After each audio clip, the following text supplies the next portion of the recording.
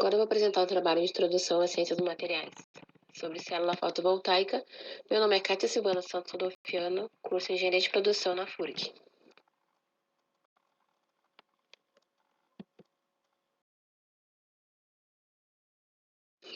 O que é célula fotovoltaica?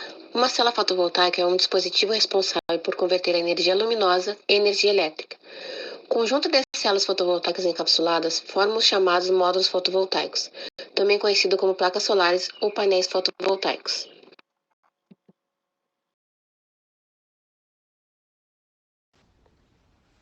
As células são produzidas com material semicondutor, que através do efeito fotovoltaico converte a radiação solar em energia elétrica.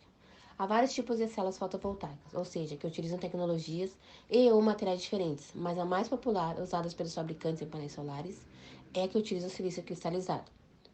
E essa tecnologia foi a mesma desenvolvida pela empresa Bell Laboratories nos anos 50 e que foi utilizada em satélites nos anos 60. A maioria das usinas fotovoltaicas e das casas que têm energia solar fotovoltaica utilizam painéis solares com células de silício cristalizado, principalmente o do tipo policristalino.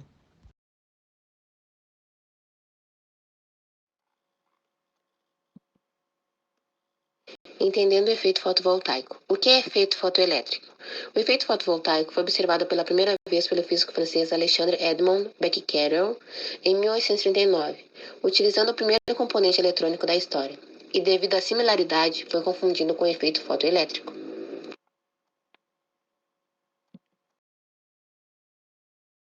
O efeito fotoelétrico é a emissão de elétrons por um material, geralmente metálico, quando exposto à radiação eletromagnética de frequência alta o suficiente, e que varia para cada material, para que os fótons energizem os elétrons do material. O efeito fotovoltaico é o surgimento de uma tensão elétrica em um material semicondutor quando este é exposto à luz visível. Os dois efeitos estão relacionados, mas são processos diferentes. Entendendo o efeito fotovoltaico através do modelo atômico. Simplificando, é necessário saber que os semicondutores têm a banda de valência completamente cheia e a banda de condução vazia, mas o band gap dos semicondutores é de 1 eV.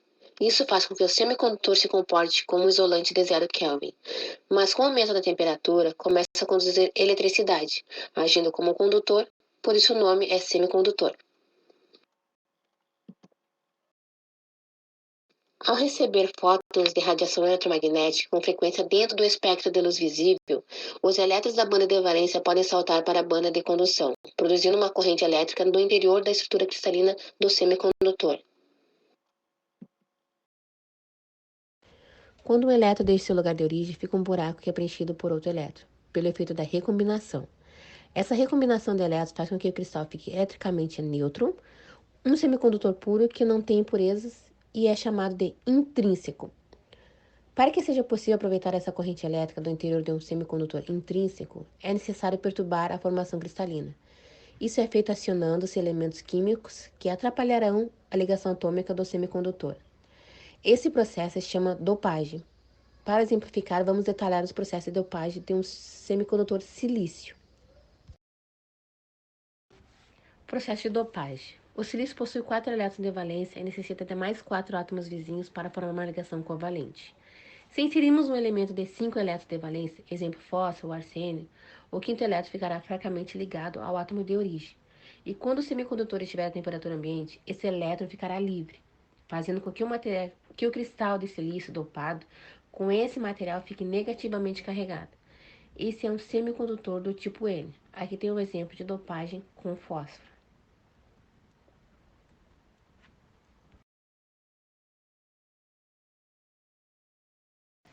Se ao silício for adicionado um dopante com 3 elétrons de valência, ficará faltando um elétron da estrutura cristalina. Em temperatura ambiente, com a liberação de elétrons, o semicondutor ficará positivamente carregado, se tornando um semicondutor do tipo P. Aqui eu tenho um exemplo de dopagem com boro.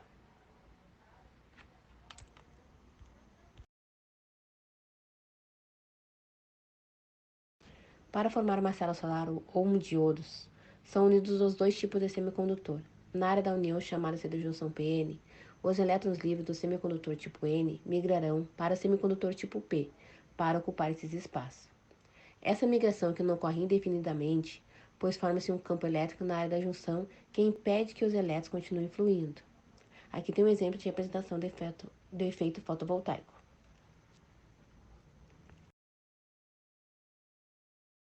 Ao receberem fotos de luz visível, os elétrons são energizados, mas não conseguem fluir da camada N para a camada P. Se ligarmos as duas camadas externamente, podemos aproveitar a corrente elétrica que se forma na passagem dos elétrons de uma camada para outra. É assim que funciona uma célula fotovoltaica.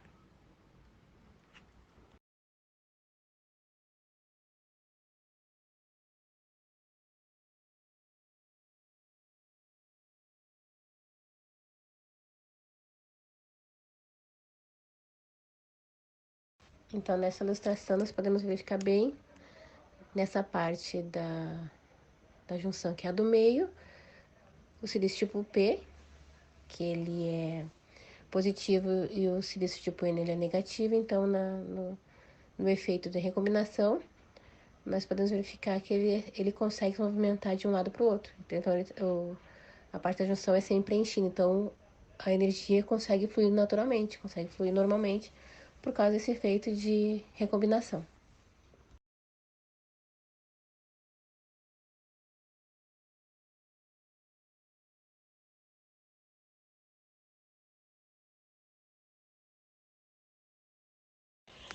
Agora eu vou falar sobre os tipos de células fotovoltaicas. Célula fotovoltaica de silício cristalizado. A célula solar clássica é composta de uma lâmina de silício purificado dopada, ao mesmo tempo com boro e fósforo. A parte dopada com fósforo do tipo N fica exposta ao Sol. A parte dopada com boro do tipo P fica na parte inferior da célula e é maior que o tipo N. São colocados contatos frontais e traseiras, sendo que os contatos frontais sobre a parte do tipo N causam sombra e reflexão, diminuindo a eficiência da célula. Seria teoricamente possível diminuir as perdas por reflexão, diminuindo a quantidade de contatos frontais, mas, quanto menos condutores para captar os elétrons liberados pelo efeito fotovoltaico, mais elétrons serão recombinados nos átomos de silício, após perderem a energia adquirida que é transformada em calor, fazendo com que a célula seja ainda mais ineficiente.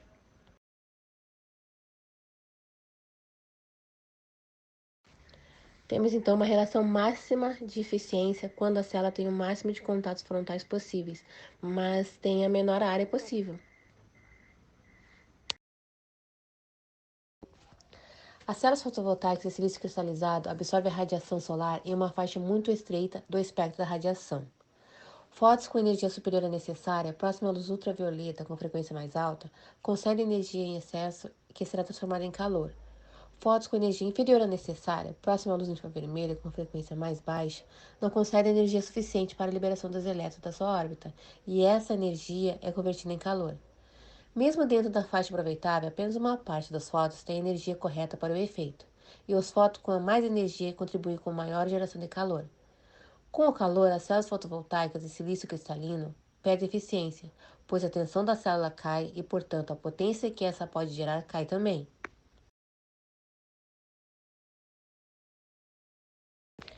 Na área da junção PN, há um gradiente elétrico, que contribui para aumentar as perdas na conversão fotovoltaica. Durante a fabricação de um módulo fotovoltaico, a conexão das células fotovoltaicas em série também aumenta as perdas, pois a resistência entre as ligações é somada. Aqui tem um aproveitamento de radiação solar abaixo da atmosfera, que é a 22%, né? Que varia a 22%. Então, agora eu vou dar o segundo exemplo, que é a célula fotovoltaica de silício policristalino. O silício purificado, como explicado anteriormente, é derretido em um cadinho de quartzo e moldado em forma de cubo. E através de um processo controlado de aquecimento e resfriamento, o bloco se solidifica em uma única direção, de maneira a conseguir uma formação cristalina o mais homogênea possível. Como o silício cristaliza livremente, há a formação de vários cristais, por isso o nome policristalino. Os vários cristais aumentam as perdas por recombinação, fazendo com que as células de silício policristalino sejam levemente menos eficientes que as do silício monocristalino. Durante o processo de solidificação, são criados lingotes de silício policristalino, que serão serrados em barras utilizando uma serra-fio, e depois cortados em lâminas wafers de aproximadamente 0,3 milímetros de espessura, mais uma vez por uma serra-fio. Todo esse processo de serragem provoca perdas de material na forma de pó de serragem. O silício já é dopado com a impureza tipo P, geralmente boro, durante a purificação. Após a serragem e limpeza, as lâminas serão dopadas com fósforo em apenas uma face e será aplicada uma camada de material antirreflexo que aumentará a absorção luminosa. Por fim, serão impressos os contatos frontais e traseiros.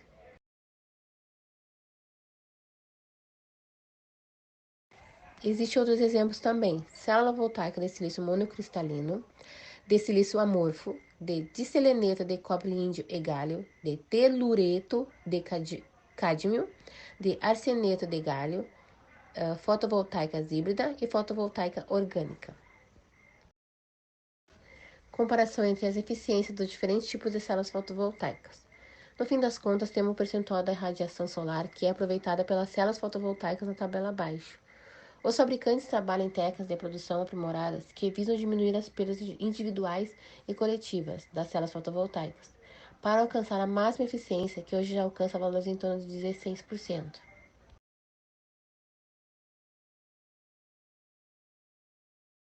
Então, na tabela segue 100% irradiação solar total, menos 3,0% reflexão e sombreamento dos contatos frontais, menos 23,0% fotos com energia insuficiente na radiância das ondas compridas, menos 32,0% fotos com energia excedente na radiância de ondas curtas, menos 8,5% recombinação de elétrons, menos 20,0% gradiente elétrica, especialmente na região do campo elétrico, menos 0,5% resistência em série, perdas térmicas na condução elétrica, igual a 13,0% energia elétrica utilizável.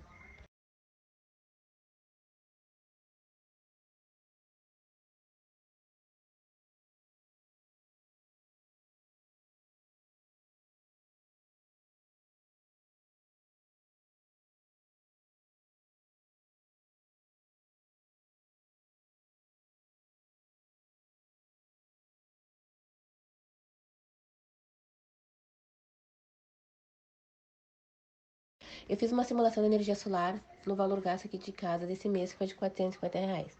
O resultado foi potência instalada 4,29 kW potência pico, área mínima necessária 26 metros quadrados, valor aproximado do sistema sem instalação somente produto entre R$ 8.537,10 e R$ 11,98,23. Produção mensal de 506,43 kWh por mês, economia anual aproximada de R$ 5.247,67, tempo aproximado de retorno do investimento entre 1 e 2 anos. Então aqui é a bibliografia, que é o que é, né? E o simulador de energia solar que eu fiz também. Se alguém quiser fazer, pode verificar nesse link. E ali também estão os exemplos de células fotovoltaicas que eu não coloquei ali, mas tem tudo explicando o que significa cada um.